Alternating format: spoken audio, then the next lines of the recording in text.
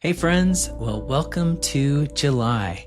If June felt a little bit like getting hit by a cosmic 2x4, you're not imagining things. Mars square Uranus delivered some serious jolts, and my heart goes out to anyone dealing with the fallout from other people's poor choices under that influence with all sincerity. But here's why July matters. We're about to witness something that hasn't happened since the 1940s. Uranus is moving into Gemini, and that's going to complete a brand new outer planet configuration that's going to usher in a new era. This is an era that invites us to reshape how we think about everything. Now, the planets asked a lot of us in June. You might have noticed we had Mars square Uranus, Saturn and Neptune conjunct in early Aries, and Mercury out of bounds. We definitely saw all of that reflected in the collective chaos all around us in both positive and negative ways. But remember, we always have a choice about how we respond to these planetary energies. So just keep focusing in on how you want to respond and keep holding your highest intentions in mind. This month, the big news is that Uranus finally moves into Gemini, adding that final ingredient to our long-term outer planet dynamic. Starting around July 7th, and for several weeks after that, we'll have a preview of Uranus in Gemini, while Neptune is newly in Aries and Pluto is newly in Aquarius, all at the same time. This configuration holds up through the last part of October, when Neptune dips back into Pisces. So this year we're still in a transition phase. There's a bit of shifting back into the old placements still to come before we settle into the new era. Not only does Neptune head back into Pisces, but Uranus is going to step back into Taurus for a bit. When Uranus does cross into Gemini for the first time this month, we'll get our first look at this completely new quality for Uranus. So let's explore that. Stick with me, and we'll also talk about Saturn and Neptune stationing retrograde.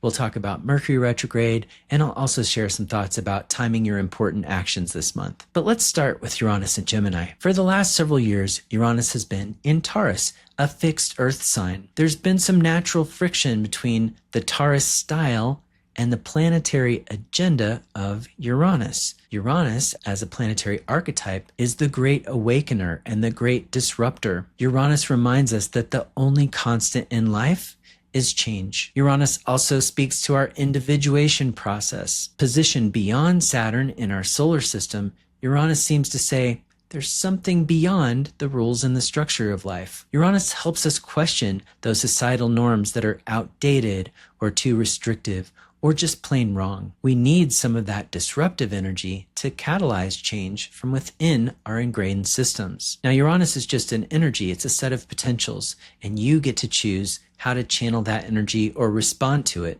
whether for good or not. Some people who carry a strong Uranian imprint, let's say that's through a tight aspect to their sun, for instance, can get caught up in disrupting anything and everything without necessarily considering whether that thing is actually beneficial or not. Taurus, as fixed Earth, teaches us about the wisdom of consistency, of holding down the fort, of staying power. You can already hear how that might clash with Uranus's basic agenda, right? In Taurus, Uranus needs to adapt to that slower speed, that slower pace of life. The process of change might need to filter through a longer timeline. While in Taurus, Uranus has drawn our attention to material existence and earthy concerns. So the big shift here is Uranus moving into a mutable air sign, Gemini. Mutability has a gift of adaptation and improvisation and a willingness and maybe even a desire for change, for shifting, pivoting, or trying something new. So we can expect Uranus to have more freedom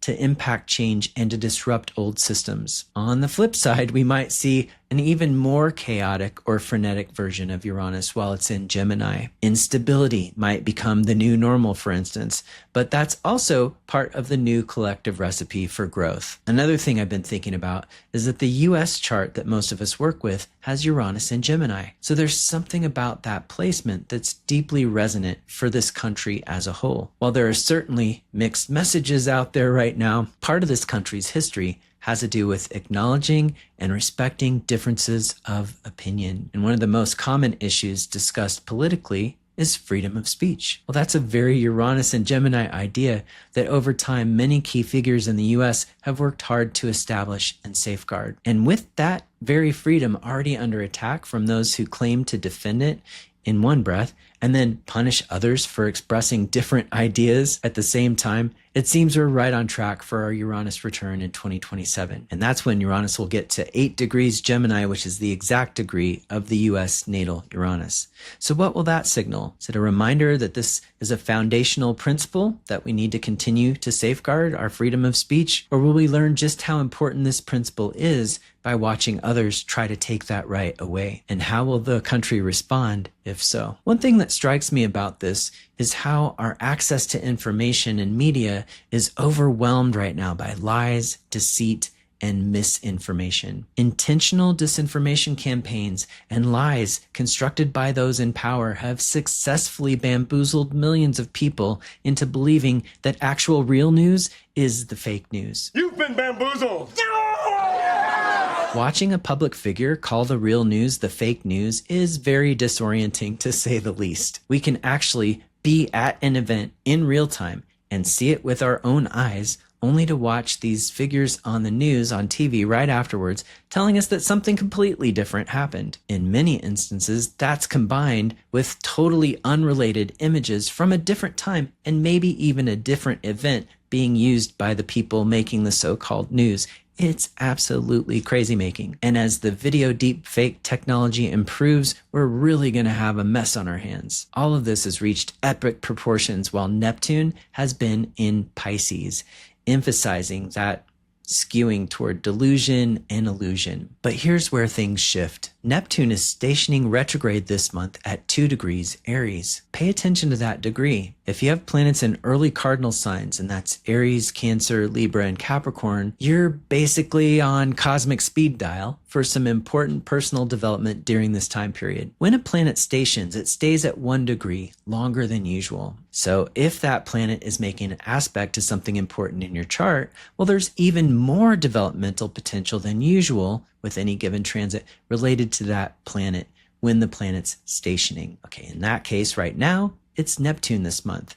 But Neptune isn't alone. It's deeply colored by Saturn because, as you might know, they're conjunct. So you're not just being asked to respond to Neptune, but to that compound mix of Saturn-Neptune. And I've talked about that conjunction over the last 3 forecasts, so I won't say more about it in this one, but check out the last 3 forecasts of mine on YouTube if you're new to exploring the possibilities under this aspect. Now, Saturn's also going to station retrograde this month at 1 degree Aries. It moves back into Pisces then on September 1st, while Neptune finally makes it back to Pisces around October 23rd. So I keep coming back to this idea that we're not out of the Neptune and Pisces delusional excess just yet. In these transition times, when an outer planet gets into the first degrees of a new sign, well, we get hints and signals about what's to come. We're seeing that right now with Saturn and Neptune in Aries.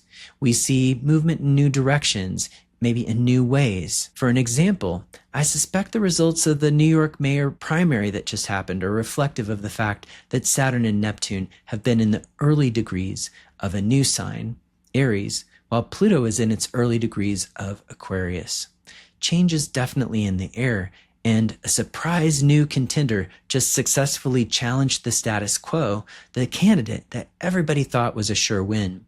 But that guy represented the old establishment in many ways. With the planets in new signs, we're ready for something new. As Saturn, Neptune, and then later this year, Uranus, all retrograde back into the signs from the era that we're trying to leave, we have some serious cleanup to do. I think about planets in the 29th degree, the last degree of a sign, saying something like, look, if you haven't been paying attention to what I've been teaching you, now you're going to get the crash course. The exam is next week, and if you haven't been studying, it's time to cram. Saturn conjunct Neptune is saying to some of us, wake up from the dream you've been in. The reality you believe is a lie. Seek the truth. See the truth that you can witness with your own eyes. That's Saturn asking us, what's real here? A lot of you are going to need to put in some effort, Saturn, to look into the source material behind what you're being told.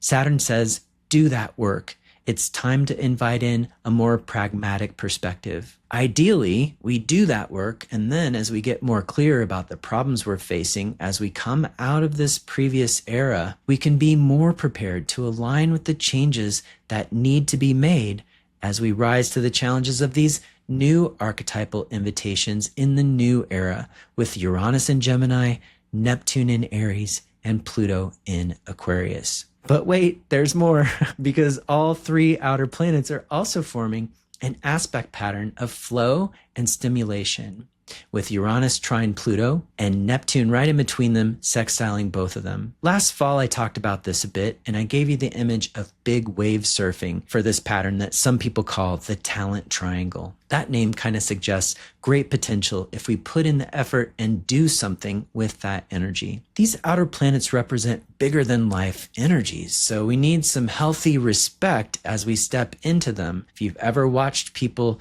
doing big wave surfing, you know what I'm talking about. But if we do that under the right conditions, we can surf those potentials with the result being some colossally powerful outcomes too. Big changes are at hand either way, and some of us are going to be called to usher those in. And here's even bigger news. This configuration will impact anyone with planets in the early degrees of any sign for the next few months. I talked about the early cardinal signs receiving Saturn and Neptune right now because they're at early Aries, but the early fixed signs are receiving Pluto because Pluto's in Aquarius, and the early mutable signs are about to receive Uranus because Uranus is going to be in early Gemini. So just doing a little bit of math, that's the early degrees of every sign.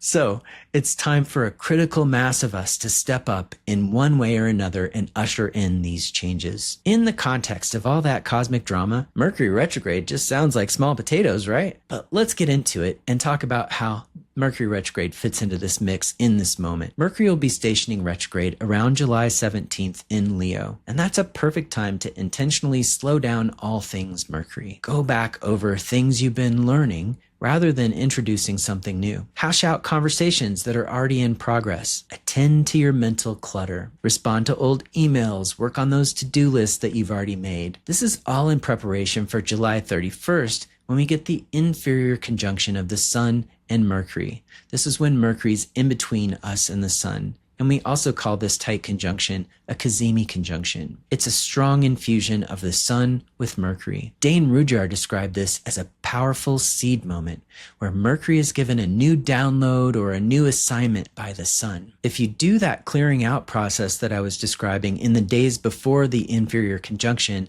that helps you be ready for this shift. The second half of Mercury retrograde after the conjunction is more about getting ready for your new assignment just after Mercury goes direct around August 11th. This inferior conjunction is going to take place at 9 degrees Leo.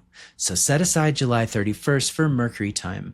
Write, journal, have conversations, pay close attention, and you might even see evidence of the new seed that's being planted, a new seed idea, an idea that you can help grow over the next 3 months or so. Well, now let's talk about some dates for taking important actions this month. On July 1st, you might try early in the day with the moon in Virgo before it passes the trine to Venus in Taurus. Around 5:45 a.m. Mountain Time, you can also get the Sun, Jupiter in Cancer near the ascendant, with the moon ruling the ascendant trine Venus. If you're using that day, block out the times between 1:48 p.m. and 2:18 p.m. Mountain Time, but you can use times before and after that. And after that, the moon's going to be in Libra. With either moon that day, Venus is applying to conjunct Uranus in this chart. So while Venus is in a fixed sign, and that might make you think about stability, because of its conjunction to Uranus, there's still some instability or some surprise potential here. So if you're aiming for an outcome that is more solid, keep all that in mind. Maybe this chart might better suit an intention to break free or break out with your Venus in some way. Maybe especially something that you're stuck with. After July 1st, it's pretty slim pickings. And this month, I'm going to change it up a little bit and suggest some dates to sit out from taking very important actions. And those are going to be July 4th through 12th and July 20th to 21st, because those days come with long periods of challenging final aspects of the moon. On July 27th, there's a little planetary wind for your sales, so that could be a day to look at, but Mercury is still retrograde that day. So if there's paperwork involved or communication needed, check and double check everything. But Mercury retrograde's not necessarily a deal killer on that day. But here's a heads up. for next month. There's some more unobstructed flow available from August 12th through 17th than what's available this month. So if it's possible to delay your important action until next month, why not just give it a try? Okay, so what are your takeaways this month amidst all this cosmic complexity? First, if you have planets in early degrees of any sign, pay extra attention to what's shifting in your life right now. You might be getting the call to help usher in the changes of the next outer planet era. Second, practice discernment with information. Saturn and Neptune are asking you to do the work of finding the reality among a sea of misinformation. And third, get ready for Uranus and Gemini to shake up how we communicate, learn, and connect. This isn't just another planetary shift. This is the beginning of a whole new era. Well, thanks for tuning into this month's forecast, and I really love to hear from you. Are you feeling this Uranian shakeup in your own life? What's shifting for you as we move into this new configuration? Drop a comment and let me know. And if you found this information valuable, I'd love it if you'd subscribe and give it a thumbs up. We'll head over to Astrology University this month for some great new webinars, including one from Lawrence Hillman, who's going to offer some sage wisdom in his webinar, Finding the Why in the Chaos. Or check out Stephen Forrest's upcoming presentation on Uranus and Gemini. Visit astrologyuniversity.com/events to learn more and sign up. And until next time, take good care of yourselves and each other.